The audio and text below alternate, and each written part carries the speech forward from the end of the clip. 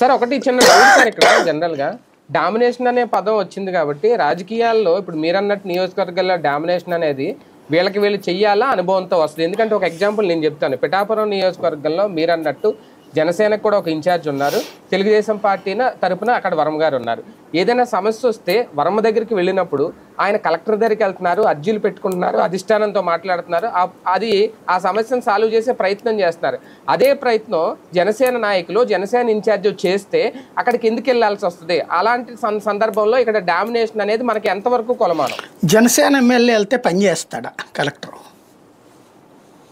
అది కదా డామినేషన్ అనేది. అక్కడ ఆయన కూడా ఎమ్మెల్యేనే కదా సార్? అవును, ఎమ్మెల్యేనే. పని చేస్తున్నారా? బీజేపీ ఎమ్మెల్యే వెళ్తే పని జరుగుతుందా? చూద్దామండి, కనుక్కుందామండి, వాళ్ళతో మాట్లాడదామండి, ఇన్ఛార్జి మంత్రితో మాట్లాడదామండి. ఎవరుంటారు ఇన్ఛార్జి మంత్రి? మళ్ళీ తెలుగుదేశం మంత్రి ఉంటారు.